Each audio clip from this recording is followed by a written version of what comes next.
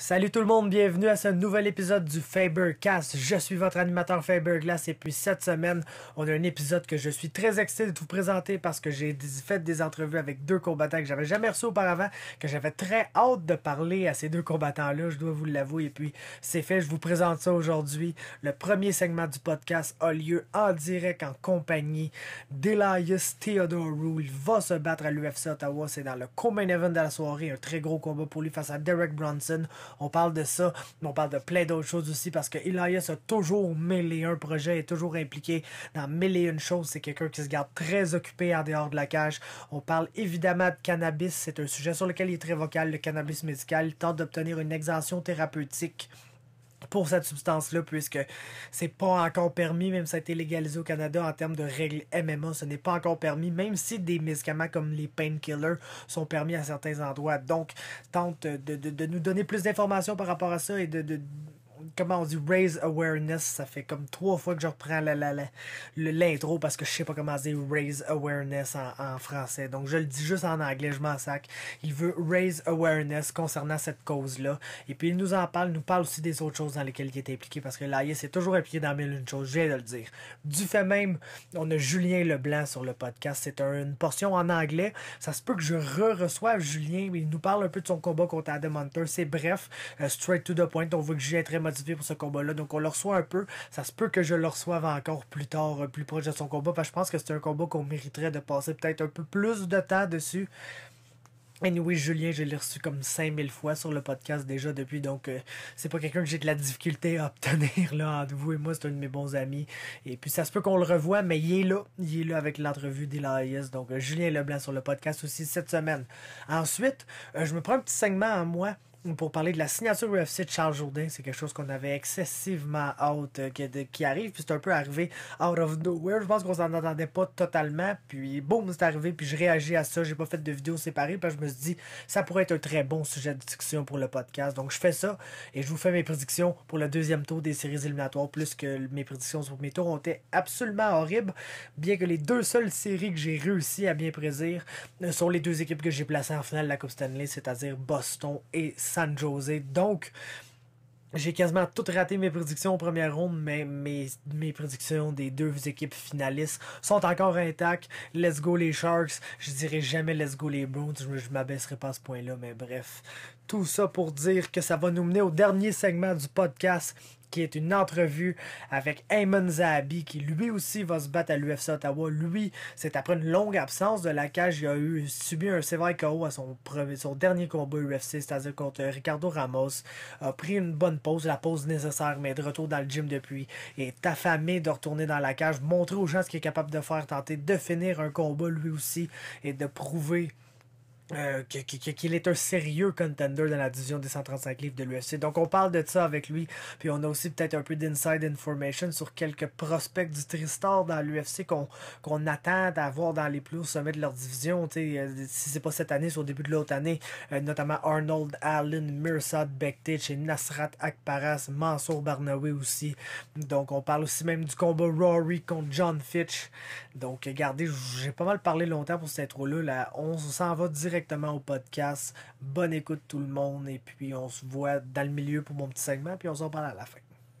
Salut tout le monde, comment ça va? Je suis vraiment très enchanté cette semaine parce que j'ai un invité que ça faisait vraiment longtemps que j'avais envie de parler avec, puis on a plusieurs choses à lui parler parce que je pense que dans les combattants actifs, c'est un gars qu'il y a toujours plein d'affaires qui se passent par rapport à lui. Pour avoir la chance de parler de tout ça.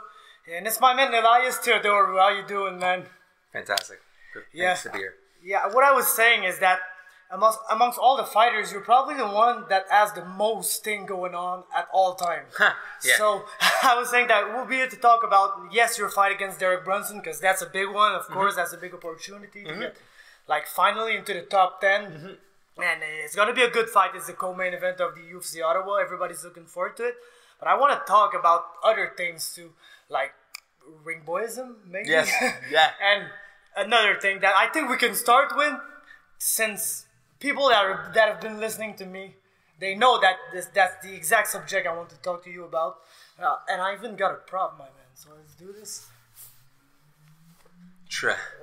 C'est magnifique. Oh yeah, let's talk about some weed, because you're the weed babe. Well, yes, Weed Bay indeed. What's it called? Trademark included.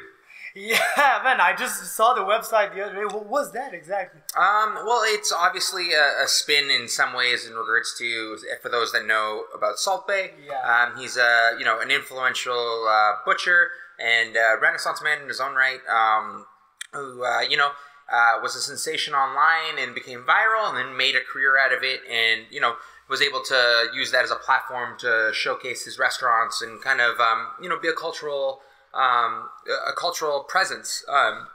Everyone knows what this means, right? Yeah, exactly. Well, I want to do the same thing with cannabis. So I thought there was an opportunity there, and it's building in regards to what I'm doing, obviously on the recreational side with something like Weed Bay, trademark included, but also what I'm also doing on the medical side in regards to my own pursuit as an athlete, fighting for a therapeutic exemption. It's all about fighting the stigma that currently resides in regards to cannabis. Yeah, exactly, because just like to be clear, you can't smoke and just go fight because your levels would be too high, and then they kind of pop you for weed. Yes, unfortunately right now cannabis finds itself on the prohibited list, which means it's essentially looked at as a performance enhancing drug, which I and many others disagree in the capacity that cannabis isn't a performance enhancing drug. If anything, it should be, and what I'm fighting for is medical equality in the capacity of that other people can use different types of pain management, first line medicines, like something like whether it's an opioid or a painkiller, something specifically. For instance, people are allowed to use something like Vicodin, and that's not an issue. And if anyone that knows anything about medicine, Vicodin is a very serious prescription drug, whereas cannabis, especially in Canada, it's a little different in the capacity of how it's looked at comparative to the U.S., because the U.S. looks at it as a Schedule I drug, which means it doesn't have any medical property, where obviously in Canada, the end of prohibition and the fact that it's a part of our medical system in so that it is it's a medicine. It's looked at as a medicine here, where it's not in the U.S. And I'm a huge believer in some parts of what USADA represents, and a free, clean sport. But I think this is an outdated process that needs to be changed, and I'm looking to use my platform to fight for not only myself but all other athletes. Yeah, I think that's really cool, man, because amongst fighters, I know many fighters in Quebec here that with la régie, that is called la commission, they're like really, really strict with like weed rules. We don't even know if they test for steroids first, but they test for weed and they pop people for weed, and they take all fight purses away from people for weed as fines. So most fighters that smoke, I know many fighters that smoke like recreationally. They smoke for medication, that because it helps. It really helps. But most people, they're just afraid to talk about it because they say, oh, if I speak about it on an interview, that, oh yeah, I like to smoke a joint, then they'll test me, then I may get popped, because everybody knows that like one of the worst disadvantages of cannabis, that it lasts in your blood like forever. Yeah, it's attached to your fat cells. The cannabinoids attached that way, and more specifically, the way the testing is, it's actually skewed against female athletes, because again, their body composition in regards to their fat soluble components are actually higher than men, so it actually stays in their system, and also heavier weights. So the heavier you are, the longer it'll stay in your system. So it's not an even playing field in that capacity as well. Yeah, exactly. My good friend Adam Daichka, I think you know him, who's man, it took, I think, 81 days for him to get completely clean. Because he had to, because he's the one guy who got popped for weed. So he had to get clean because they were testing him, and it took 81 days without smoking. Yeah. To get like completely clean and not to test positive anymore. Yeah, again, and, he had to get pre-approved for the fight, like, because they wouldn't license him either way. So it's cool that there's somebody who's just like willing to talk about it openly and raise awareness, because as you said, it helps people. It really helps, and you can go and like resort to painkillers and stuff, but like using weed in many ways that it can be used today, being just CBD or being just like small doses, or like I know there's oil vaporizers, everything, and it can really help people. And it's not really attached to the stigma that was back then, that like, oh, the bums smoke weed, and in Canada especially, people know that there's like real benefits, and there's been like real medically proven research is done that favor cannabis in like many ways according to health in general. Yeah, well, it's the capacity that out of the darkness and into the light, there is still a lot more research that needs to be done, and part of it is playing catch up because it's been looked at in such a negative look for so long. And the U.S. is in many ways one of the largest, if not the largest, medical purchasers, whether it's medicine, whether it's research, and it was frowned upon for such a long time, or even outright banned to actually even look at cannabis in that capacity. So again, I'm fighting for not only myself but all other athletes moving forward. Yeah, and will you get it finally? Do you know? Have there been developments or? I won't have it in time for my fight. Unfortunately, it seems that there has been a little bit of politics involved. So what ends up happening is, long story short, it's just taking a lot longer. It's a bureaucracy, right? Like, I just have to keep on pushing through. And as with anything, I've been in the UFC now for 5 years, and here I am fighting on the biggest stage that I have in the main event, the co-main event rather. And I'm going to keep pushing forward, not only with my fight, but also with my fight inside the cage and out. Yeah, man, I hope you'll keep us updated, because really that's something that's important to me. I'm a big believer in cannabis. I've been using cannabis since like 10 years now, and like I always been the kind of people that just wanted to get to the positive of that stuff, because I know it's been looked upon, but it's changing, and I think it's really important that in MMA, but like in every sport and every sphere of the society, people just see it as what it is and just use the benefits and just stop looking at it as like something that's like frowned upon. And yeah, well, again, it's an outdated mindset, and also the fact that again, I'm not self-medicating. It's my doctor that has prescribed this. I have bilateral neuropathic pain. It's basically nerve damage in my upper extremities, and cannabis is the best medicine for me, as prescribed as my doctor. It's not only the medicines themselves, it's also the side effects that that are detrimental to my ability as a fighter. It puts me at a competitive disadvantage. Something like Lyrica that I was put on, a week or two in, I gained 10-15 pounds, and not only did I gain the weight, but I was also bloated and inflammation and upset stomach. And nothing worse than having an upset stomach and getting punched and kicked in the stomach, right? So it's one of those things where it's a competitive disadvantage that I find myself in, but I'm going to push through, and I will be successful in this. Yeah, man, I really hope so, because even just other ways to treat things like this often involves like pills, straight up pills and medication, which is like chemically done. Yep. And weed fucking grows in nature, man. Like, yeah. I know it's enhanced and shit, but like, especially in Canada now that it's legal, it's supervised by the government, like Health Canada specifically. Yeah, it's exactly. So we know like every percentages of everything that's in the plant that so it's not like street drugs that have been grown in warehouses. Yeah, well, it's good. It comes from nature, so man, it's just gotta change someday, and I'm really glad that you're in the forefront of that. Thank you so much. Again, there are obviously a lot of other people that have done this before me, and whether it's someone like Matt Riddle or other athletes that have been, unfortunately, flagged for the capacity of, medicating. It's just one of those things. It's an outdated mindset that I almost feel obligated to fight for. And another thing to stress is the fact that, again, it's not. Don't take my word for it. Take my doctor's word for it, in the capacity that he believes that it's the best thing for me. And also, I have a medical cannabis provider in regards to Solus Health and Solus Health Network that empower me both as a patient and an athlete. So, it's one of those things where then I'm going to fight inside the cage and out. Yeah, now let's talk about that fight, because that's something that we need to talk about too. It's an awesome fight, a really, really big test for you. The kind of fight that will get you into the top 10, and you'll be fighting a guy that has been there for maybe even longer than you. Yep. So, he's been there since about 2012, where I've been in there since 2014.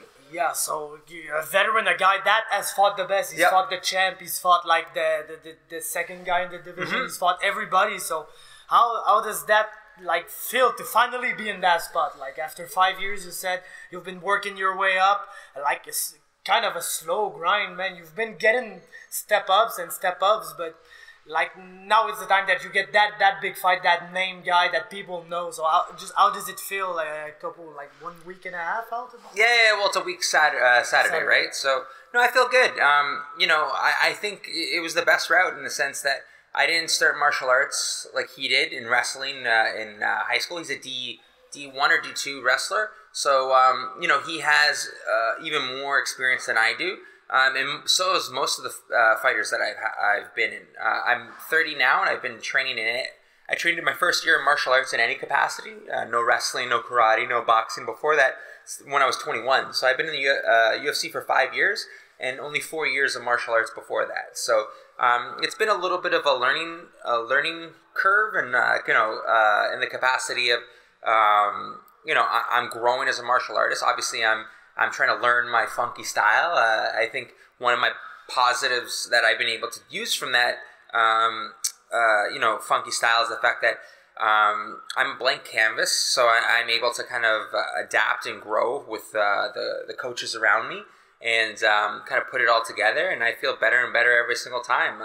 My last fight was a tough one. You know, my opponent hit me hard a couple times, but you know, it's experiences like that where I can look back and say, oh, not only did I get hit in the second hard in my last fight, but I came back and actually hit him more in the third round than I did in the first and second.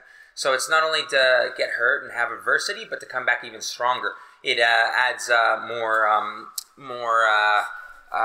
you know, more confidence in my ability, and also the fact that someone like Derek Brunson, who, you know, it's no secret what he is. He's someone that needs to knock someone out in the first round, right? Like, he hasn't been in a decision since 2000. He hasn't won a decision since 2013 against Chris Lieben. So the longer it goes, the better it is for my night. He was along with the wrestling, he was also a sprinter in high school and college. So I'm going to show him the difference between a sprint and a marathon. Yeah, that shows, man. I didn't know that, but that shows. I'm one to very psychoanalyze and also what's called dig deep into what my opponent is. I know everything about Derek Brunson. I know everything about my past opponents, and I know everything about how to get a win. Yeah, and Derek Brunson, like, he's a name. He's a fighter that everybody knows, but I feel that when you've seen like 2 or 3 Derek Brunson fights, you kind of seen Derek Brunson. Yeah, he is. You know it. That guy comes in crazy or is really tentative, really conservative. He's like one of two, but lately he's been crazier than ever. But like before in the like that Lieben fight was kind of like I don't really know how to describe that fight, but it was slow. It wasn't like that Derek Brunson pace that we see, but like he's the guy that can take down Yoel Romero and look that good until the last minute. Until the last, and then like just everything falls apart and everything crumbles. So yeah, like you've been saying, it's probably gonna be a crazy beginning of the fight, but if you can weather that storm, it may be looking real good for you. And we've seen you weather that storm, because like you ate knees from Thiago Santos for how many minutes, and you never fell, and that guy literally killed everybody. Yeah, exactly. The Thiago Santos, even though it was my first loss, it's one of my most important fights, and also proudest moments in the cage. I'm one of, if not like the only person that's gone through a decision with him, win or lose. Yeah, and I think, and I'll be definitely cheering for him against John Jones, because if he beats John Jones and I win the decision with him, holy googly moogly. Yeah, now that's good for you. I still love John Jones so much. For sure. Though that guy breaks our heart every time he fights. But may we? Damn. What I was about to say. Damn it. You made me forget, but I'll probably come back around to it. But oh shit, no, man. You just made me forget It happens. Yeah, no, for sure, but it was good though. That's why I didn't want to lose it. But we can talk about it again. Oh, no, yeah. Just got it back. After that Thiago Santos fight, I think that's really a fight that defined you as like a real potential top fighter in the UFC. Because I remember before, people that didn't know you, they were like, oh, look at that guy with the long hair. He's the pretty boy. He says that he doesn't take damage in his fight, and he can be cocky if he wants to, but like I think everybody was kind of looking to the day that you're gonna get tested, that you're gonna get it, that maybe you wouldn't have that much of a pretty face going out that fight, but you still, like you said, went out that fight like on your feet. Yeah. And even with the stitches, I have about 100 stitches in my face collectively, not just from the Thiago fight, but from fights altogether and whatnot. And my chick still digs my scars. No, for sure. You still look good, man. You still got and you're good, like, to develop a brand, man. As soon as you came into the UFC, you already had a brand, and you developed it. And man, you're, like I said, you always have many things going on, and I think it's clear your ability to like find like a cause, like Cannabis. Like, I'll be the first guy to be a ring boy, and just run with it and make it a thing, make people want to talk about it, and make people want to say, like, even if it's that, oh man, I want to watch that shit, I want to see a boy, or even if it's like it's people that absolutely love it, it makes people, and it makes people want to talk about it, and that, I think that's one thing that you really like put the finger right on. And thanks, man. Well, it's one of those things where indifference is the horrible thing, right? Whether they love you or hate you, as long as they're watching. And you know, I'm not relying just on fighting, although that is my passion and that is my number one job. There are many different things that I want to do as a martial artist, or many different things I want to use my platform as a martial artist to kind of work on, and whether it's causes in cannabis or, you know, equality in the capacity of the ring card holder, or developing a brand, because again, whether it's Weed Bay, the main event, or you know, the Ring Boy, I own the trademark for all of them. And for instance, Weed Bay, I have t-shirts, I have a calendar that I've just come out with. And it's one of those things where you can all go to weedbay.ca to pick up yours today. Yeah, that's exactly what I was saying. The guy is just like on top of everything already. Well, you have to be. And like, again, but it's a way to differentiate yourself from the 400 other UFC fighters. Yeah, exactly. Because after my fight, I'll actually beyond just the cage and what'll be on TV. I'm running off to Greece to film a movie, a Hollywood movie, where I have a starring role and a very important part of it, and I actually have my own movie that's going to be coming out. We're in the process of financing. I play an MMA fighter, huge stretch, and I get injured, and I reinvent myself with competitive video games. So think of Street Fighter. So I become a competitive Street Fighter. Oh shit, man! That's cool. That's cool to see that shit. And it's a comedy. It's good. It's really fun. I have the script. I have a director attached to it. His name's Gary Hawes. He's been the assistant director for movies like Juno, Interstellar, all the new X-Men movies, all the new Planet of the Apes, and you know, I have great cast that's already attached to it, and a beautiful script, and it's hilarious as hell. And I'm really excited. After my fight, when I get my hand raised, I'll be hopefully, in the end of the year, top 5, and have a movie or 2 coming out, and a couple of different projects beyond fighting. Man, that's amazing. So many things going on, even more things that we thought we knew about. Yeah. Oh man, that's so great. And like you just saying, end of the year, you think you're gonna be top 5. So like I know you guys don't want to look like way forward, because you still got to fight. Yeah, I got to fight in a week. Who's a top 10 fighter for many years in that division? But if everything goes to plan, like what's the next step? The next MMA step?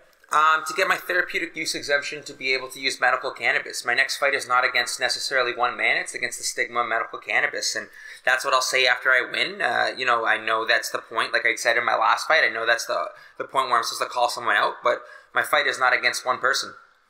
Cool, man. And Julien, c'est un peu le gros. I think we can make him come in. I just wanted you to talk a little bit about Julien, because I know you guys train a lot together, and I know how beneficial you are, like to him, to his fighting game, to his camp, and like giving him to the opportunity to train with like Aaron Jeffrey and people that want to put him against the cage and do what Adam Hunter's gonna try to do to him.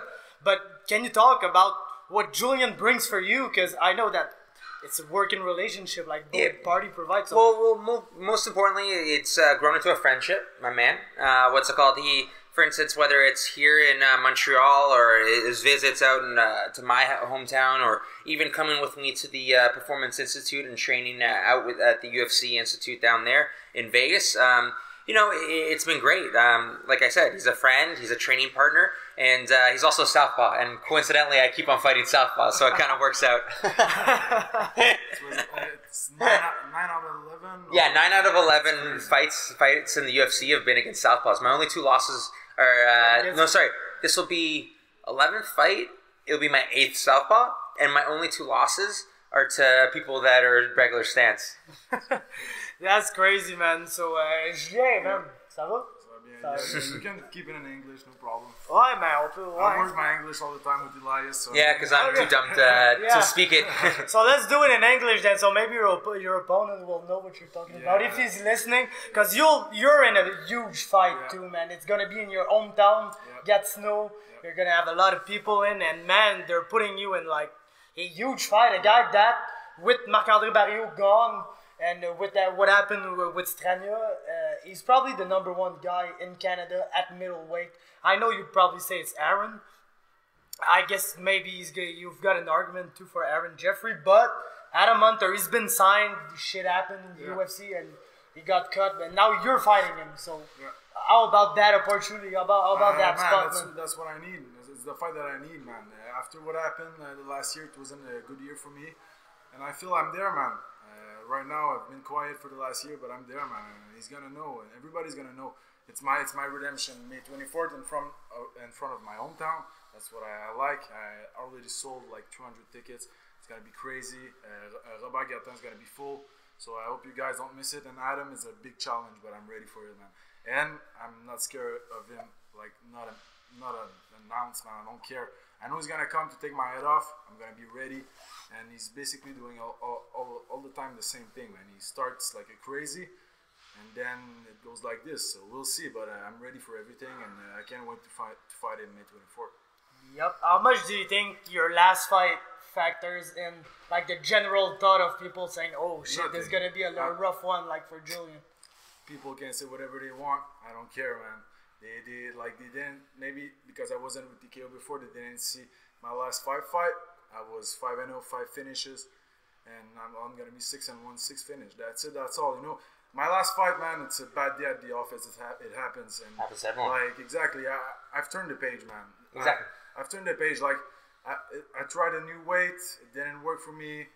A lot of things didn't work that night, and that's it. That's all, man. Yeah. What can I say? And he's still undefeated at middleweight. Yeah, exactly. Yeah, man. My man. Thanks. Hunter too is still undefeated at middleweight, but I just hope he won't be juiced up, but whatever, because he lost his last one, we'll see, but I don't care, man. I'm just ready for everything, and honestly, man, I respect the guy. Like, he's going to come for my head, I'm going to come for his head, and that's all, man. I'm going to make a great fight. Yeah, for sure. Your last fight, man, it was like, I think we've spoke about in length, but it was just not a good idea. Like, you just had not a good idea. You saw, I'm not that heavy, I could do 70. It was not a good idea. Exactly. And like the weight cut took everything from you, because I know you can grapple. Yeah, no, like I know. Everybody knows you can grapple. Yeah. And that fight, you had nothing. The beautiful thing is he has a fight coming up, and it doesn't matter what anyone else says, because it's only going to be him and Adam Hunter in the cage. Exactly, man. And like it's probably better for you to lose that early too. Yeah, like a decision's a decision, right? It's not like he got knocked the fuck out or anything like that. It's like it's a learning lesson. Everyone has a bad day at work, and the only difference between what's called our job and other people's job is the fact that when we have a bad day, people see it. What's it called? And he's made adjustments, and he's made what's it called? It's all been a whole year in the capacity. It's a new year. It's 2019, and he'll be undefeated in 2019. Exactly. Yeah, man, and that time too, you got someone that's coming to fight. Because Adam Hunter, like, the thing I really, really loved from him, from his Barriault fight, was his demeanor. Yeah, man, he just came there, and people asked him questions, and he was like, "Man, seriously, I just don't give a fuck. I've been out for 2 years, so I'm just looking to get into the cage and like punch people and get punched, man. That's his opportunity, and obviously Julien has his opportunity as well. He's here to fight, man. I'm gonna be there to fight too. And the only thing I can say about my loss, and then we can like stop talking about it, whatever. But the only thing I can say, and this is true, I've learned so much more from my loss than all my wins in amateur, all my wins in pros. Like this is the time I've learned like the most and the best. So I feel I'm a better fighter right now, and I can't wait to just show people. And I agree. Get a good scrap with Adam. That's it, man. Well, Yeah, and everybody loses. It's just the way you come back. If people lose and just don't come back and everything crumbles, then fuck. But if you come back and you show art and you show determination and you show improvement, at your age you're gonna show improvement. Yeah, it's normal. You're still early in your career, so you show step up from fight to fight. What can I say from this is that my only regret is not that I lost, it's that I didn't fight. So I understand. May 24th, I'm coming to fight, man. You know, like, I don't think I'm coming to die in the cage. I know Adam's going to be ready to die too. So we're just two guys that's coming to fight, and that's it, that's all, man. And I think that's like what people want to see from that guy, especially because he's like the Ottawa guy, he's the new era gym guy, you're the Patnaud guy, the Sifu Pat guy, and I know you like, there's no hatred, but you guys want to beat each other. You guys want to show that, like, we're the top gym in the Ottawa region. We're the place you need to come. and he wants to win. That's Yeah, the most important thing. sure. That's the most important thing. Yeah, Exactly, for that's sure, how man. to win. On that note, what's it called? Great conversation, great chatting with him, man. What's it called? I'm looking Thanks forward for to kicking doing ass. Oh man, I'll be seeing you in a little bit, so I'm really excited. Yeah, man, I'm really excited for both of you guys fight.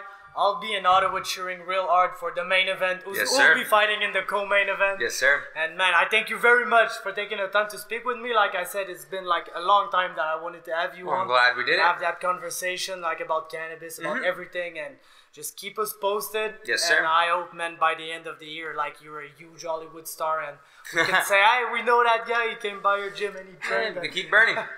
for sure, so thank you very much. My pleasure, brother. Puis thank you, Merci mon beaucoup. joueur. Thank you, sir, man. On va avoir la chance de se revoir de toute façon à Gatineau. Puis merci tout le monde. Prochaine. Rebonjour. Donc, c'est rare que je fasse ça sur le podcast habituellement. J'aime dédier chacun des segments à des invités. Cependant, j'utilise un segment cette semaine pour vous parler de deux sujets en particulier. Le premier d'entre eux, c'est un que vous voulez entendre. J'ai pas fait de vidéo séparée là-dessus parce que je me suis dit ça va être un bon sujet de discussion pour le podcast. C'est quelque chose que les gens vont vouloir m'entendre parler d'eux. Et je parle bien sûr de la signature de Charles Jourdain avec l'UFC. Donc, c'est arrivé jeudi, on a appris ça vers les alentours de 17h. Charles Jourdain a signé un contrat avec l'UFC en acceptant un combat sur short notice. Il va aller à l'UFC Rochester le 18 mai prochain, dans 3 semaines. Et il va y affronter Desmond Green, un gars qui vient de Rochester. C'est un combat qui va avoir lieu chez les 155 livres, malgré le fait que Charles, après son dernier combat, a dit qu'il avait fini avec 155 livres, qu'il voulait pas poursuivre sa carrière à ce poids-là. Tu sais, quand l'UFC t'appelle puis te dit « Salut Charles, on a une opportunité pour toi, c'est telle date contre tel adversaire à tel poids, c'est ta chance d'entrer dans la grosse ligue, en 155 livres, n'importe quel poids, tu dis oui, tu le prends le combat, et puis c'est ça que Charles a fait. Anyway, Charles est connu comme étant un gars de défi, un gars qui est pas mal prêt à affronter n'importe qui, n'importe quand, à n'importe quel poids, donc c'est pas quelque chose qui dévie de la tradition Charles Jourdain, que d'accepter ça sur short notice ici. Je pense que plus qu'on y pense, il n'y avait pas vraiment d'autres manières que ça allait pouvoir se passer pour Charles Jourdain, l'entrée dans l'UFC. Oui, les gens savaient que ça allait arriver tôt ou tard. On se disait que probablement d'ici la fin de cette année, peut-être début de l'autre année, après son dernier combat avec Tko, il allait probablement faire son entrée dans l'UFC. C'est quelque chose qu'on voyait venir, mais là, le short notice est arrivé, il a sauté sur l'opportunité, puis c'est tellement Charles Jourdain, ça, d'avoir une opportunité de sauter dessus, et puis de souvent la réaliser. Donc, pour ce qui en est de Desmond Green, c'est pas quelqu'un que tout le monde connaît. C'est quand même un vétéran du sport. C'est quelqu'un qui a une très belle fiche. 22 victoires et 8 défaites. Combattant qui a été fini seulement à 2 reprises. C'est dans le début de sa carrière. Sur ses 8 défaites, je pense que ses 2 premières défaites ont été par soumission. Et depuis, il n'a que perdu par décision. Affronté d'excellents athlètes, autant dans l'UFC qu'en dehors de l'UFC. C'est un 155 livres, mais un peu comme Damien Lapillus. C'est quelqu'un qui s'est battu à 145 livres avant son arrivée dans l'UFC. C'est surtout battu chez les 145 livres à Titan FC, a affronté beaucoup de très bons combattants. Là, d'ailleurs, notamment Kurt Holloway et André Harrison, qui sont 2 de ses défaites. Mais depuis son arrivée dans l'UFC, il y a une fiche de 3 victoires et 3 défaites, ou Martin Brown. Non, c'était pas dans l'UFC, ça c'était à Titan FC. Donc, exactement 3 victoires, 3 défaites. Il a battu quand même Josh Emmett par décision, chose qui est très bien. Et il a battu Gleison Tebow, Ross Pearson. des gens que tu dois battre, là, je vous le cacherai pas, là, au stade de leur carrière où ils sont rendus, si tu veux être un talent viable dans l'UFC, tu dois battre ces gars-là. Ces défaites, cependant, c'est des défaites par décision contre Merbek Taisumov, Michel Prazeres, ainsi que Rustam Khabilov. Donc, c'est un très haut calibre de compétition qui a battu Desmond Green. Puis regarde, si on regarde dans Titan FC, Andre Harrison, Kurt Olabo, Daniel Weichel qui se bat pour Bellator, qui est un title challenger, Fabricio Guerrero, qui est un autre gars qui s'est battu pour Bellator longtemps, qui est un gars très très viable, qui avait une fiche de 18 victoires, 2 défaites au moment où il a affronté Green, qui était juste 9-1 à ce moment-là. Donc, il a affronté toujours de la très bonne compétition, puis il a tendance à l'amener à la décision. Pas mal victoire comme défaite, c'est pas un grand finisher non plus. La majorité de ses victoires sont venues par décision si on regarde sur sa fiche. Donc, quelqu'un qui va avoir un 15 minutes contre Charles Jourdain à 155 livres, qui a vraiment grow dans son corps de 155 livres depuis son arrivée dans l'UFC, et quelqu'un qui, même s'il a perdu autant de combats qu'il en a gagné dans son arrivée dans l'UFC, c'est vraiment quelqu'un qui a été très compétitif dans chacun de ces combats-là. Et puis oui, on peut peut-être lui donner un peu le tag de quelqu'un qui fight to his competition, dans le sens que s'il affronte quelqu'un qui est vraiment meilleur que lui, puis on s'attend absolument pas à ce qu'il gagne, comme mettons, quand il a affronté Merbek Taisumov ou quand il a affronté Michel Prazeres, on s'attendait pas à ce que Desmond Green gagne ce combat-là du tout. Pourtant, dans la défaite, il a réussi à surprendre, il a réussi à être compétitif, il a réussi à donner un meilleur combat qu'on pensait qu'elle allait le donner. Chose qui arrive aussi des fois dans ses victoires contre des gars qui sont un moins bon niveau de compétition. Il avait tendance à gagner des décisions. Il a affronté, mettons, Des Hill qui était 8-2 dans Titan FC. Il l'a amené à la décision. Il a amené Martin Brown à la décision. Il a amené James Freeman à la décision. Il a amené beaucoup de gens. Steven Siler, qui est un bon combattant qu'on a vu dans l'UFC, mais qui avait tendance à être un peu kill or be killed. Des Green l'a battu, mais l'a amené à la décision. Donc, beaucoup de gens ont tendance à se rendre à la décision puis à livrer des combats compétitifs avec Des Green, même quand il s'avère être vraiment meilleur qu'eux. Donc, j'ai aucun doute que le combat de Charles va être très compétitif. Il faut qu'on prenne ça comme son combat d'entrée dans l'UFC. Regardez Kyle Nelson, justement. C'est un très bon exemple. Il a réussi à avoir un short notice face à Diego Ferreira chez les 155 livres. C'est clairement un 145 livres. Donc, il était compétitif en début de combat. Ça a mal été. Il a perdu, mais ça n'a pas fait descendre son stock. Il n'y a personne qui dit « Ah, Kyle Nelson, il est plus bon à cause de ça. » Donc, c'est peut-être quelque chose qui peut arriver à Charles dans ce combat-là, comme Charles peut arriver dans ce combat-là, puis être Charles, puis sortir une performance comme il a fait contre Damien Lapillus, qui, ben sincèrement, Damien Lapillus n'est pas dans l'UFC, mais est un genre de vétéran avec beaucoup d'expérience qui a tendance à faire des longs combats. S'il est fini, c'est plus tard ou ça se rend à la décision. C'est un peu la même affaire pour Des Green. La seule différence entre les deux, c'est que Des Green a l'expérience UFC, vraiment. S'est rendu à la décision dans l'UFC, a eu de l'adversité dans la cage de l'UFC, chose que Lapillus n'avait pas et chose que Charles n'a pas encore, mais tu sais, il y a un début à tout. C'est vraiment très excitant de faire ça. C'est, assurez-vous que je vais probablement faire un live stream ou quelque chose pour son début dans l'UFC à Charles Jourdain. C'est vraiment pas un combat qu'on veut manquer. Ça va être absolument génial. Je suis vraiment content pour lui. Je suis vraiment content pour Charles. Si vous voulez mon opinion personnelle là-dessus, c'est cool. C'est un gars d'opportunité. Il a sauté sur son opportunité. C'était, selon moi, le prochain, du moins québécois, qui devait faire le saut. Selon moi, il y a plein de gens qui pourraient être dans l'UFC, dans TKO présentement. Notamment Cyril Gane, les 135 livres, probablement Manis, Lapillus, Arnett et Hill sont tous de niveau UFC, même Xavier Alaoui, je vous dirais probablement. Il y a beaucoup de combattants comme ça, les Todd Stout, on a évidemment Jesse Ronson et Jonathan Meunier qui, selon moi, devraient être dans l'UFC. Jonathan, il aurait dû rester là. Jesse Ronson, il aurait dû rien arriver quand il était appelé là, au mois de décembre et tout, mais bref, il y a beaucoup de combattants qui devraient être dans l'UFC, selon moi, qui pourraient être dans l'UFC sur le roster de TKO, mais quand on regardait les petits Québécois en développement, c'est qui le prochain qu'on savait qu'il allait faire le grand saut? C'est Charles Jourdain, et puis c'est aujourd'hui que ça s'est concrétisé, du moins aujourd'hui au moment où je vous parle, parce qu'on est encore jeudi au moment où j'enregistre ça, et c'est génial, je suis vraiment content pour toute son équipe, c'est du bon monde. Je le dis à toutes les fois, j'ai l'impression de me répéter par rapport à ça, mais oui, j'aime beaucoup Charles Jourdain, j'aime beaucoup son équipe, je trouve qu'ils sont vraiment le fun, c'est des bonnes personnes, puis ils ont travaillé très fort pour ça, puis je suis vraiment content. Donc félicitations Charles, félicitations à Éric Bertrand, félicitations à Fabio Hollanda, félicitations à Louis aussi qui travaille beaucoup avec Charles, félicitations à toute l'équipe qui est alentour d'eux, j'en oublie peut-être, mais bref, bravo, je suis vraiment fier de vous, puis on va suivre ça de façon très attentive le 18 mai prochain à l'UFC Rochester. Ça nous fait un mois de mai absolument incroyable. On a le UFC Ottawa, les débuts de Barrio le 4 mai, c'est la fin de semaine prochaine. Ensuite, on va avoir les débuts de Charles Jourdain à l'UFC, qui va presque avoir réussi à débuter à l'UFC avant Marc-André Barrio, aussi malade que ça peut craser. Leur début UFC va être vraiment très peu espacé, puis on va finir le mois de mai, le 24 avec le TKO 48 à Gatineau, qui va être une carte absolument incroyable. Puis je vais avoir toute la couverture pour ça. Vous le savez, MMA Talk va être au UFC à Ottawa. J'ai pas encore de Media Pass, mais je me suis acheté un billet, je m'en sais qu'il n'y a aucune idée que j'allais manquer ça. À Rochester, on va probablement faire, je vais probablement faire un live stream pendant le combat de Charles pour qu'on puisse vivre ça ensemble, pour que vous puissiez me faire part de vos commentaires et puis qu'on puisse justement vivre les débuts de Charles dans l'UFC ensemble en écoutant ça. Et puis l'UFC, le TKO 48 à Gatineau, vous le savez que je le sais, qu'on le sait tout, que je vais être là puis qu'on va faire les mêmes affaires que d'habitude. Ceci étant dit, mon deuxième sujet de discussion cette semaine, c'est les séries éliminatoires de la Coupe Stanley. C'est le deuxième tour qui va entamer demain. On est mercredi d'ailleurs, on n'est pas jeudi depuis tantôt. Je dis qu'on a appris ça jeudi, on a appris ça mercredi. On est mercredi, nous sommes mercredi parce que demain on est jeudi.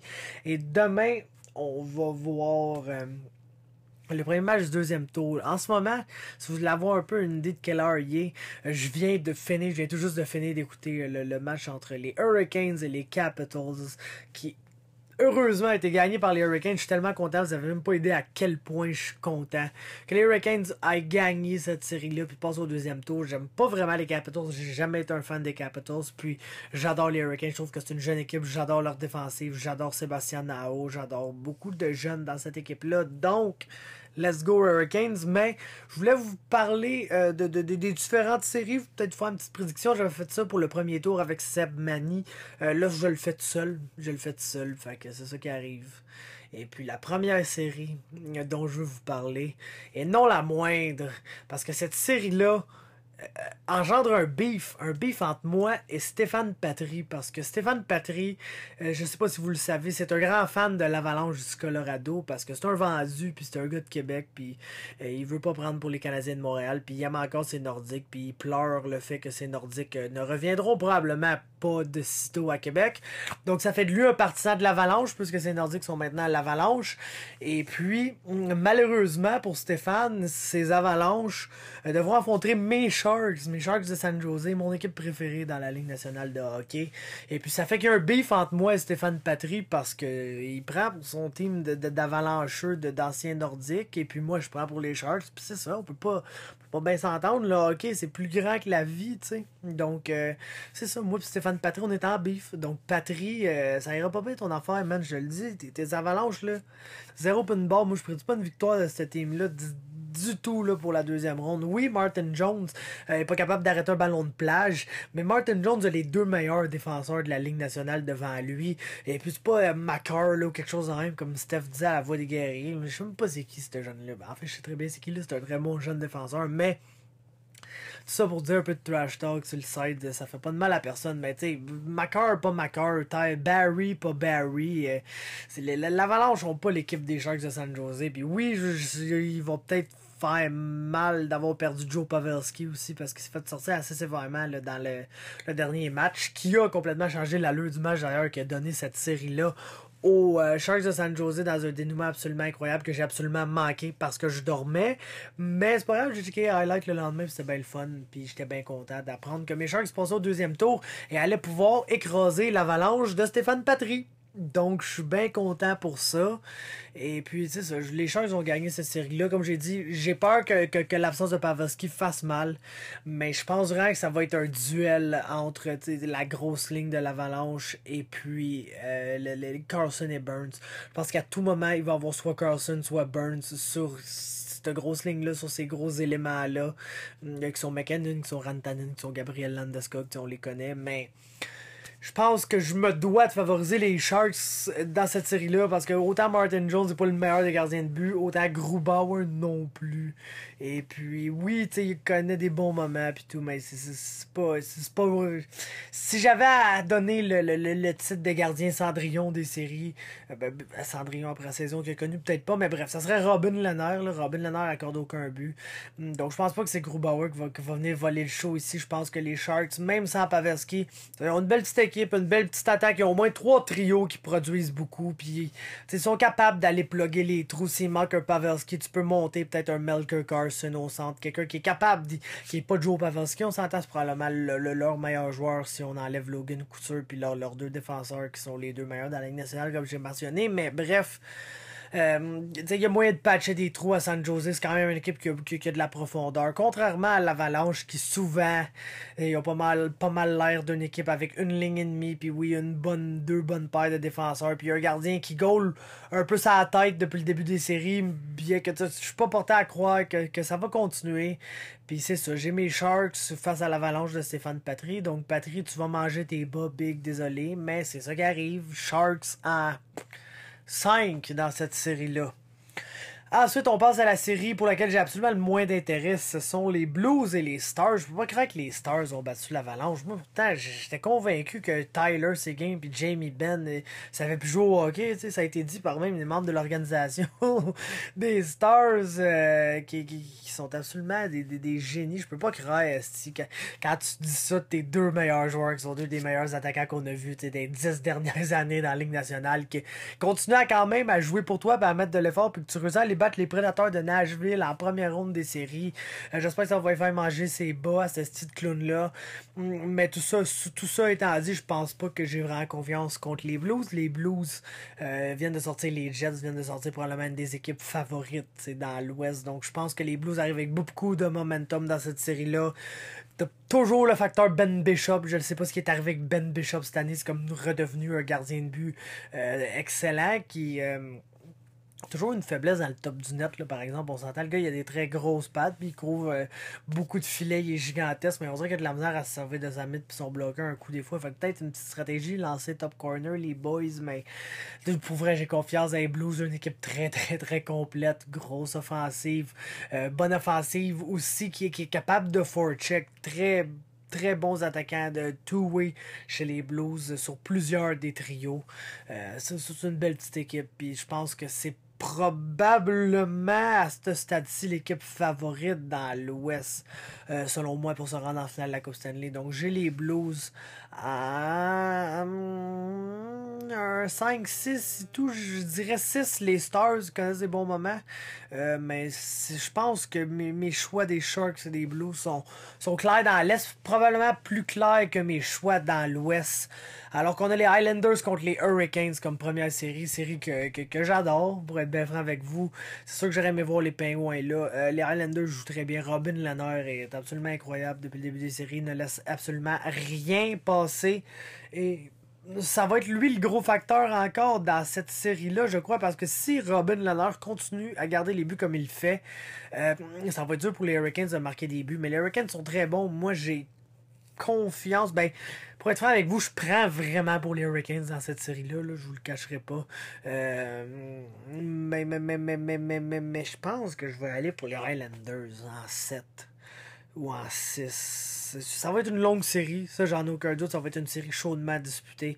Mais je pense que Robin Lehner vraiment là, est en feu, puis s'il continue à garder les buts comme ça, ce qui est arrivé pas mal toute la saison, c'est pas pour rien qu'il est en nomination pour le Vezina.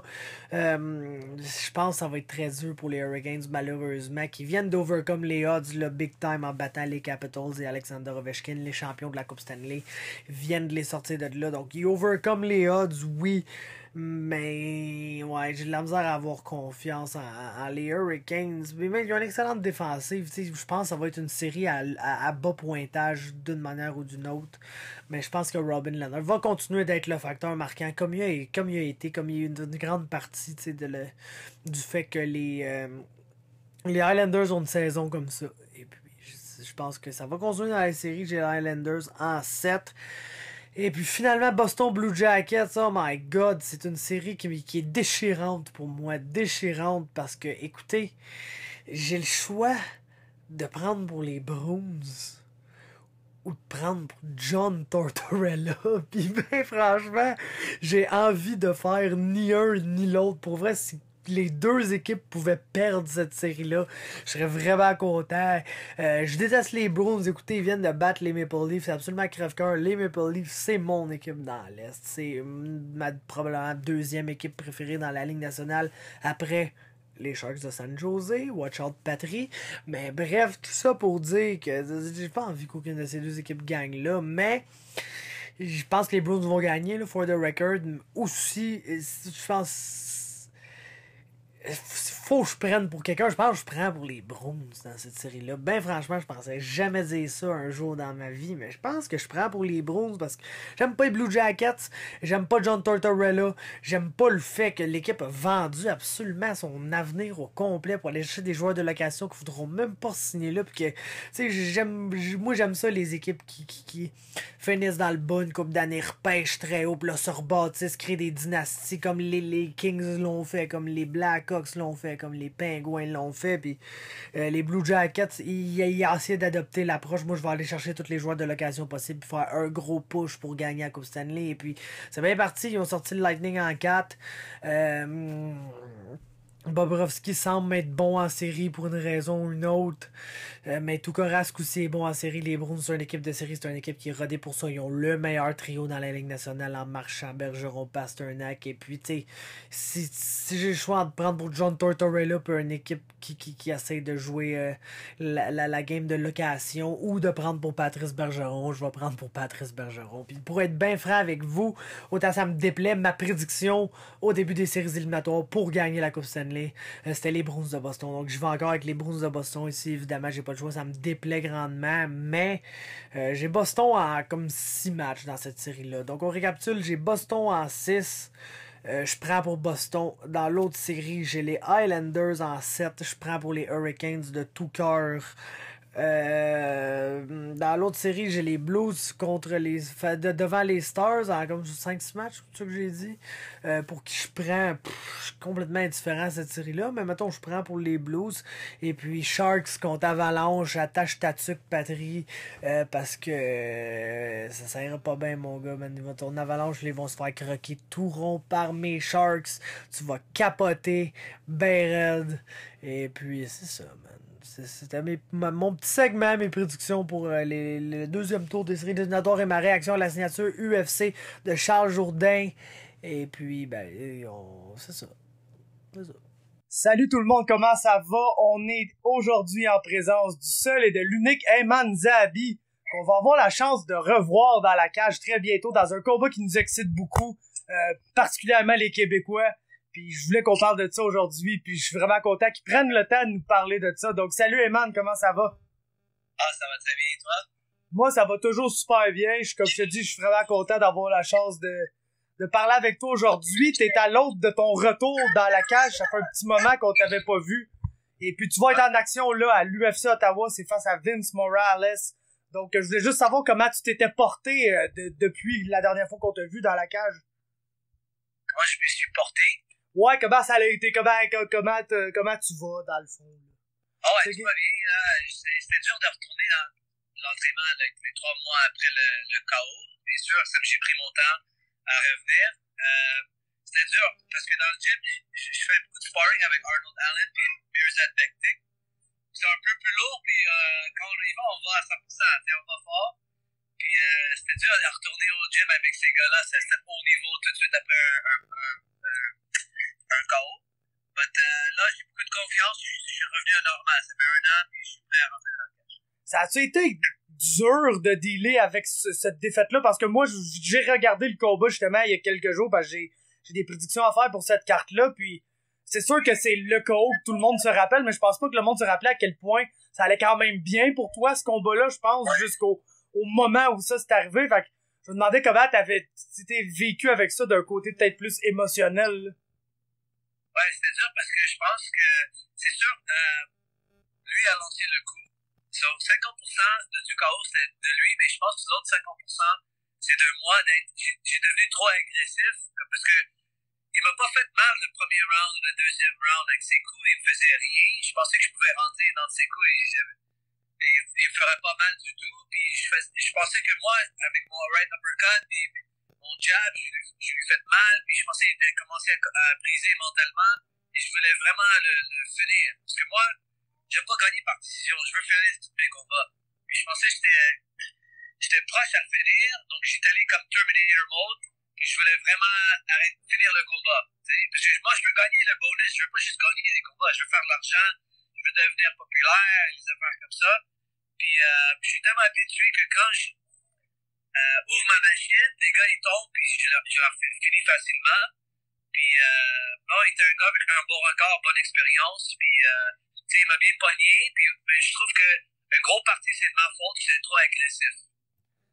C'est sûr que c'est une possibilité quand t'essaies d'y aller, comme tu dis, au fond de la machine, puis t'es rendu avec des gars, justement, d'expérience. Lui, il avait vécu la défaite auparavant, s'était fait pogner dans une soumission. Ouais. Toi, t'avais pas encore vécu ça dans ce combat-là. Je me demandais, avec le recul, maintenant que ça fait un bon moment, que t'as eu la chance de revenir et de t'entraîner, est-ce que ça finit comme étant une expérience positive, ça, dans ta carrière, au final, peut-être, cette défaite-là? Ouais, il y a beaucoup de choses positives que j'ai prises de ça. Là, je veux encore aller pour finir le combat. Je veux quand même essayer de finir le combat, mais d'une manière plus stratégique, plus intelligente. Aussi, j'ai pris l'année où j'ai allé souvent à New York m'entraîner avec John Danaher et les gars du Hanzo Gracie Academy pour améliorer mon jiu-jitsu. J'ai atteint mon ceinture noire. Et là, si j'amène quelqu'un au sol ou si le combat va au sol, je vais avoir plus de confiance. Puis je pense que ça va m'aider beaucoup dans les combats. Définitivement, là, tu vas être en action à l'UFC Ottawa. C'est dans un vraiment bon match-up. Un autre, je te dirais, prospect intéressant. Quelqu'un qui est passé par le Contender Series. Quelqu'un qui a affronté... quelqu'un qui était très en vue de l'UFC. À son premier combat, il a affronté Song Yadong, le prospect chinois, que je pense qu'il aimerait bien pousser. Donc, tu te retrouves encore dans un combat contre un combattant qu'on a vu avoir des belles performances dans l'UFC. Je ne sais pas si c'était quoi ton read, toi, précisément sur ce combat-là contre Vince Morales. Je trouve que c'est un gars qui favorise son striking de plus que n'importe quoi d'autre. Comme il shoot pas souvent, puis même avec le combat de Yadong, il s'est fait amener au sol par Yadong. Puis je trouve que Yadong c'est un peu plus qu'un striker, mais il était quand même capable de l'amener au sol. Donc j'ai vu des faiblesses, mais aussi il y a de la force dans sa main droite. Il peut mettre des gars sur leurs fesses, donc je fais attention, je ne veux pas me toucher par sa main droite. Est-ce que tu penses que c'est un combat où tu vas avoir beaucoup de chances de faire les choses que tu veux faire? Parce que moi, ce que j'ai cru peut-être un peu constater sur ton adversaire en regardant ses combats, c'est qu'il est très bon, il est dans le combat, c'est compétitif, mais on dirait qu'il réussit jamais à faire la petite chose de plus qui va lui donner le round. Des fois, on dirait qu'il compétitionne plus, qu'il tente genre vraiment de combattre, d'aller chercher les points cruciaux pour gagner les rounds. Donc, est-ce que tu penses que c'est un combat que tu vas avoir le temps de t'exprimer? Est-ce que tu t'attaques ça l'aille proche de la 15e minute ou tu penses que c'est un combat que tu vas être en mesure de terminer assez rapidement? Je veux toujours terminer le combat le plus vite possible. C'est ça mon but. Je m'entraîne pour ça. Mais tu sais, c'est un gars qui... je trouve qu'il est un peu calculé dans le respect que... Il fonce pas tout le temps, mais quand il recule, il cherche toujours lancer sa main droite, peut-être crochet gauche, main droite, 1, 2... il recule pas avec la barre, il recule pour chercher le counter. T'sais. Ouais, c'est un combattant qui a l'air assez technique. C'est pas pour rien qu'il l'avait amené sur le Contender Series. C'est quelqu'un qui donne des bons combats aussi, là, veut pas. Comme t'as dit, il favorise le combat debout. C'est quelqu'un qui a pas peur d'échanger. Donc, c'est ça. Je pense que il a pas peur d'être à côté de la clôture. C'est comme un Tyron Woodley dans ce sens. C'est jamais quand il va exploser. T'sais. Il recule, ouais, il donne le centre. Mais quand il est sur la clôture, faut faire attention parce qu'il y a encore de la force. Je peux pas juste rentrer dedans. T'sais. Exactement, puis ça va être un bon combat. Je me demandais, tu sais, ça fait longtemps que t'as pas eu la chance de mettre les pieds dans la cage. Est-ce que t'es plus excité qu'à l'habitude pour ce combat-là ou ça reste la routine? Je sens jamais l'excite jusqu'à temps que j'y arrive là les mardis.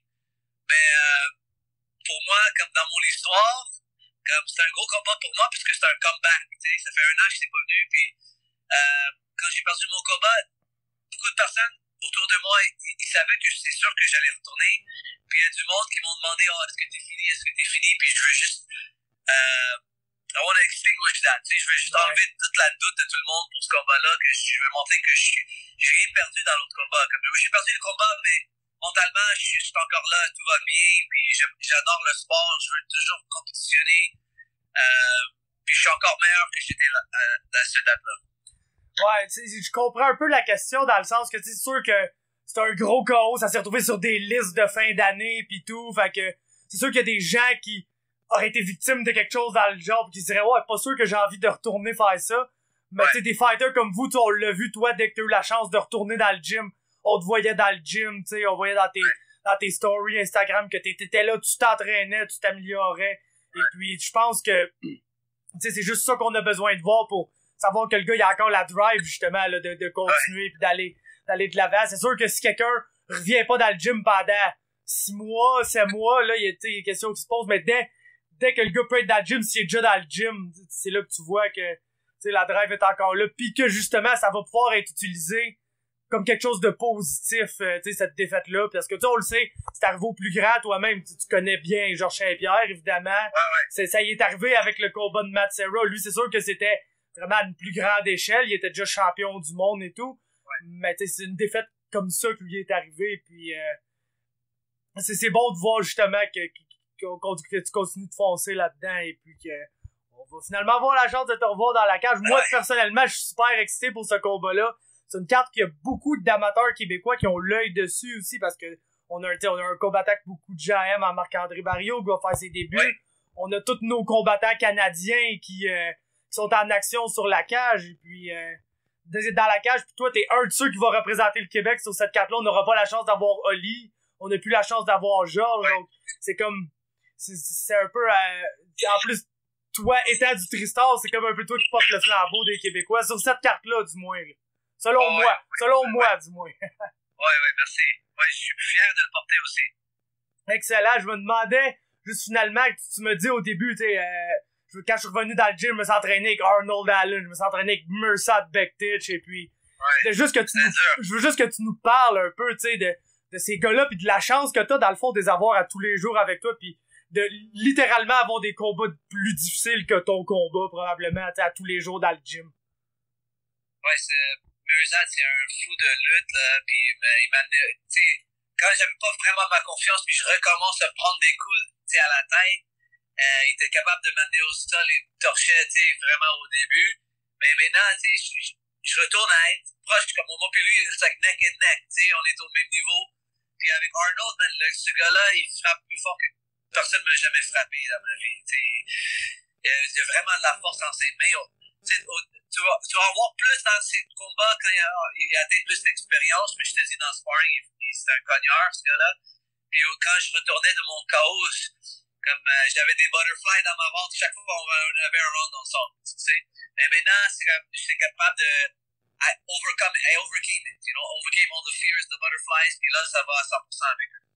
Excellent. Si on avait à y aller d'une petite prédiction là comme ça, toi, les connaissant très bien, c'est deux des meilleurs prospects à leur poids chez les 145 livres. C'est lequel qui sera au title shot avant l'autre? Avant l'autre, ça doit être Mirzad, parce qu'il est déjà dans le top 10, puis il était supposé avoir un vraiment bon combat avec, je pense que son nom c'est Mocano. Ouais, Renato Moicano. Ouais, s'il l'aurait battu, peut-être il y avait un combat pour le titre. So, lui, il est déjà, comme il lui manque un combat, tu sais. Arnold, peut-être 2 ou 3, mais Mirzad, il est juste là. Ouais, Arnold, je pense que c'est vraiment fait, on en avait entendu parler, c'est un grand prospect, mais c'est à son combat quand il y a eu le comeback win absolument incroyable. Je pense que c'est là que tout le monde a vraiment ouvert les yeux sur Arnold Allen, parce que d'un, on l'avait jamais vu vraiment avoir de la difficulté. Il a non seulement eu de la difficulté, mais il a overcome all that pour aller chercher la victoire. Donc, je pense que c'est définitivement quelqu'un. Moi, ça me surprendrait pas dans toutes les 145 livres. C'en est un qui, d'ici la fin de l'année, peut se retrouver, selon moi, dans la même position que Mirzad est en ce moment, puis que personne va vraiment l'avoir vu venir. Là. Ouais, mais c'est fou parce que pour moi, j'aime pas qu'il le met juste dans les combats d'Angleterre. Ça serait bien s'il amènerait se battre au Canada, aux États-Unis, au Brésil, pour ouvrir son image au monde. T'sais. Ouais, c'est sûr, parce que c'est sûr que quand t'as des draws locales, ils aiment bien mettre localement, mais c'est vrai que je pense que c'est une critique qu'il y a beaucoup de gens qui ont. On a souvent les fighters canadiens, c'est les cartes canadiennes, les fighters brésiliens, c'est les cartes brésiliennes. Ouais. C'est sûr que faut dire que t'atteignes un certain niveau, puis là, ils vont commencer à te mettre aux États-Unis, à Vegas, à ces endroits-là, mais... Puis on sait jamais quand ça va arriver. Regarde, même un gars dans mon poids, son nom c'est Peter Yan, il a fait 3 combats en 8 mois, boum, il est dans le top 10, tu sais. So, même pour moi, c'est ça que je mets dans ma tête. Si je gagne 3 combats cette année, peut-être je suis dans le top 10, peut-être l'année prochaine, je vais être dans le top 10, on sait pas, tu sais, ça peut passer vite en UFC. Même Joe Soto, une fois, il s'est battu pour le titre contre TJ, en 24 heures notice, ça se passe vite, on sait jamais ce qui va arriver en UFC. C'est ça, exactement. Tu sais, tu peux tout simplement être le highlight d'une carte. Là, tout le monde parle de toi. L'UFC va vouloir te rebooker, tu sais, un fast turnaround. Puis c'est souvent de même que ça dégringole rapidement pour les gars. Puis ce qui est le fun sur cette carte-là, la carte sur laquelle t'es, c'est qu'elle est vraiment top heavy, tu sais, en termes de big name value là, dans l'UFC. T'as le main event, eux autres, ils vont aller chercher un bonus. Mais le reste de la carte est wide open. Il y a beaucoup de combats que ça pourrait être le combat duquel on parle après Cowboy contre Aiemann le lendemain, tu sais, le dimanche. Puis il y a beaucoup d'opportunités pour vous, justement, d'être ce nom-là, d'être cette personne-là que, t'as le highlight de la carte, puis vu que c'est pas un pay-per-view qui est vraiment à stack, puis qu'on n'a pas tant d'affaires à parler le lendemain, ça peut être toi qui est le talk of the town, ça peut être toi qui est le, tout le monde a une bonne chance de ça, c'est sûr. Ouais, c'est ça, ça peut être toi le clip viral sur UFC.com que tout le monde partage, tu sais, fait que des cartes comme ça, je pense que tu sais, si on a un avantage à trouver du fait qu'il y a beaucoup plus de cartes du UFC qu'avant, je pense que c'est ça, pour les gars. Il y a plus de... c'est ça, Ben, c'est dur, il y avait un événement, tu sais, avec Max Holloway contre Dustin Poirier, puis Adesanya Gastelum. Ouais, c'est comme 2 combats de fou dessus, puis il y avait d'autres combats avec des filles qui ont eu des soumissions, des KO. C'est dur à donner des bonus, man. Cette carte-là, tout le monde a une bonne chance. Exactement. Tu parles de Kelvin Gastelum, tu me fais penser à un autre gars du TriStar, puis je veux que tu nous en parles, parce que j'aime ça que tout le monde nous en parle. T'as peut-être deviné de qui je parlais. Je parle de Nasrat, vu qu'ils sont littéralement identiques, là, les deux. Ouais, même ils sont comme des frères qui sont jamais connus. Ouais, mais parle-nous un peu de Nasrat, parce que j'ai juste des bons commentaires sur lui, puis lui aussi, c'est comme un gars que je considère comme pouvant devenir un gros facteur à 155 livres, là, dès cette année, s'il y a les bons match-ups. Oh ouais, lui, il a tellement de force dans ses mains. Un des meilleurs strikers qu'on a jamais eu de TriStar. Son style est vraiment bon, puis il est pas trop wild non plus. Tu sais, j'étais choqué que c'est pas son nom, Guti était pas fini par Nasrat. Je crois pas comment il était capable de finir ce combat-là. But, il punit tout le monde dans le gym. Il est vraiment fort. Puis il a une très bonne mentalité, puis il est tellement jeune aussi. Je pense qu'il a comme 24 ans. Ouais, c'est ça qui est fou, hein. Il est tellement jeune, là. Il a l'air new age. Quand tu le regardes, la manière qu'il bouge, là, ça a l'air d'être... Tu sais, lui, il a compris toutes les dernières tendances dans le monde des arts martiaux, puis il les applique. C'est un gars qui va être top 10 cette année, je pense. Ça va être dur de ne pas être. Je sais pas, il est-tu matché, là? J'ai pas... Non, il était supposé se battre contre McDessie, mais il s'est fait mal. Puis là, il cherche un combat avec n'importe qui. C'est pour ça que je pense que pour un gars comme Nasrat, lui, il est toujours prêt à se battre. Puis il a pas peur de se battre contre quelqu'un qui est numéro 5 demain. Tu sais, puis quelqu'un comme lui, là, il va se passer au top 10 facilement dans les 6 prochains mois. Ah, c'est un des talents assez incroyables de la division, parce que juste on regarde qu'est-ce qu'il a fait à Mark J. Casey, puis on regarde après qu'est-ce que Mark a fait à Joe Duffy. Puis c'est assez incroyable de voir comment Nasrat est... Tu sais, il était pas connu, je pense, avant ce combat-là. Il était vraiment under the radar. Puis après le combat, je pense que le monde a mis plus ça sur la faute à J. Casey. Genre, ah non, finalement, c'est pas le prospect qu'on pensait que c'était. Mais finalement, c'est juste Nasrat qui est absolument incroyable. Puis je pense qu'on commence à s'en rendre compte là, de plus en plus. Ouais, même son premier combat qu'il a perdu à l'UFC, il l'a pris en 2 semaines. Puis je pense qu'il a bien fait pour quelqu'un qui l'a pris en 2 semaines, tu sais. Non, il est vraiment bon. C'est Marcin Held en plus, c'est pas n'importe qui ça non plus, là. Ouais, puis il a drop, il l'a amené au sol, tu sais. Il jouait un bon game. Ah, c'était vraiment un excellent combat. Donc, moi, la dernière affaire que je voulais te demander, je ne sais pas si quand je vais sortir le podcast, ça va déjà être arrivé, mais c'est pas grave, vu que j'étais devant moi, je voulais qu'on parle un peu du combat de Rory en fin de semaine. Ouais. Je voulais savoir comment ça avait été le training pour lui, puis à quoi vous vous attendez en termes de performance face à John Fitch, un gars que vous connaissez très bien. Ouais, je pense qu'il va être beaucoup meilleur que le dernier combat. C'est l'entraînement qu'il a fait pour son dernier combat contre Moussassy comparé à celle-là, c'est une grosse différence en termes de the frequency of his training.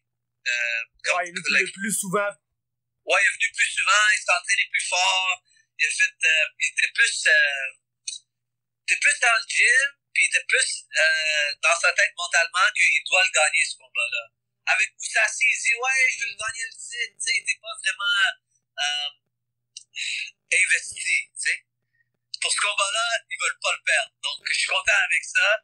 Et moi, je pense qu'il y a le style de battre John Fitch, 8 fois sur 10. Tu sais.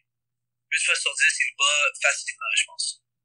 Ah, John Fitch, tout le monde sait what he's about, là. Ça serait pas, je pense pas vraiment qu'il y aurait de surprise. Il peut pas arriver avec une nouvelle wrinkle à son game qu'on fait que là, oh mon Dieu, John Fitch, qu'est-ce qui est arrivé? T'sais, il est vieux, c'est un lutteur, pis il est encore plus reliant là-dessus qu'avant encore. Donc, ouais, oublie pas, un gars comme Damien Maia pouvait pas soumettre Rory. Je pense pas que John Fitch va le faire. Ça me surprendrait bien gros.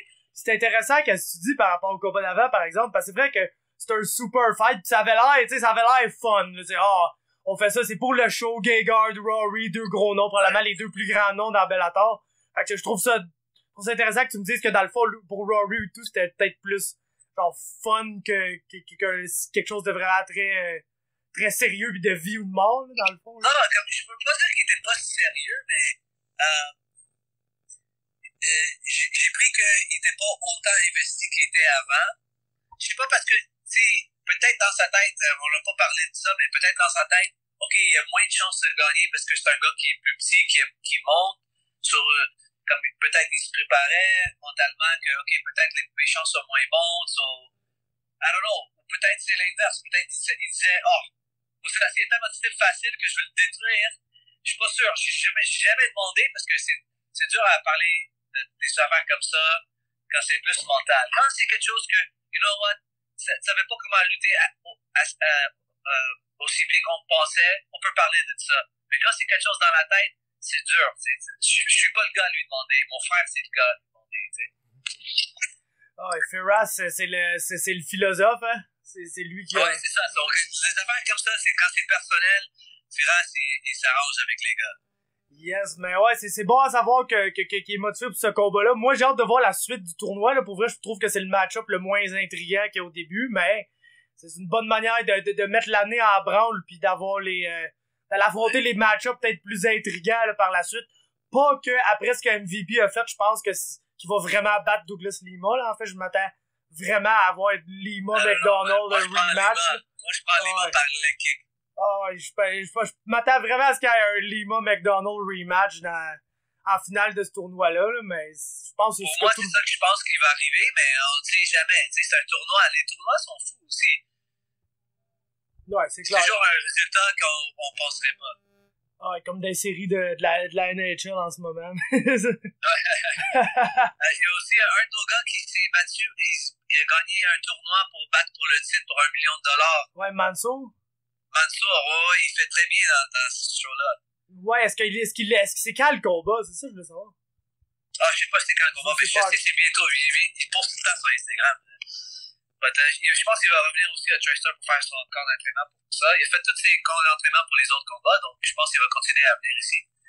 Mais lui aussi, c'est un autre prospect. Je pense que s'il gagne le titre, il y a des chances que le UFC va vouloir de le signer. Probablement. Lui, là, c'est bizarre parce qu'il y a beaucoup de combats, mais il n'y a pas tant de... T'sais, c'est pas quelqu'un qui se bat depuis tant longtemps que ça professionnellement. Ouais. Il s'est battu, puis il a une super belle fiche, puis moi, personnellement, je suis surpris qu'il soit pas déjà là, mais c'est sûr que c'est la chance d'aller gagner des millions de dollars en dehors de l'UFC. C'est fantastique. C'est une bonne opportunité pour lui. Puis après, quand il va se faire signer par UFC, ils vont payer une belle affaire. J'espère qu'on va le voir dans l'UFC. Moi, mais il m'excite vraiment, Manzo, là. J'ai hâte de le voir aller au plus haut sommet du sport. Mais bref, regarde, je te remercie d'avoir pris le temps. Moi, il fallait que j'aille rejoindre Michael Dufort, on s'en va manger. Fait que... Ok, c'est cool. Salut. Yeah, je te remercie, puis on se croise à Ottawa. Bonne chance le combat, on a hâte de voir ça, puis on est tous derrière toi. Ciao! Merci beaucoup, ciao! Bye. Et voilà, c'était l'épisode pour cette semaine. Un gros merci à Elias Theodorou. Thank you very much for taking the time to speak with me. It was real fun. We had a real blast and it was fun. Merci aussi. Un gros merci à mon chum Julien Leblanc qui est venu pour cette entrevue-là, qui a parlé, qui, entre vous et moi, a peut-être un peu été ma plug pour avoir Elias Theodorou. Donc, gros props à mon chum Julien qui est vraiment un good guy puis que j'ai hâte de voir son combat contre Aiemann au TKO 48. Et finalement, un énorme merci à Aiemann Zahabi d'avoir pris le temps de me parler. C'est une autre entrevue que j'avais hâte de faire depuis longtemps. Aiemann est un combattant que j'avais sur ma watchlist depuis longtemps. Là, il est dans l'UFC puis il est prêt à faire son grand retour, revenir de cette défaite-là qui... selon lui a fait du bien, il lui a fait apprendre beaucoup de choses et lui a permis de remettre les choses en perspective et tout. Donc, j'ai hâte de voir la nouvelle version d'Aiemann Zahabi. Et puis, merci beaucoup d'avoir pris le temps de me parler. C'était donc le podcast cette semaine. Suivez-moi sur mes réseaux sociaux. Ils sont tous ici dans le cadre de Pink Floyd, comme à l'habitude. Et puis, abonnez-vous au podcast. C'est quelque chose que je pense que ça grandit. Là, en ce moment, on a des bons invités, des gars du UFC de plus en plus. J'essaie de vous donner le meilleur du contenu. Donc abonnez-vous pour ne jamais manquer un épisode.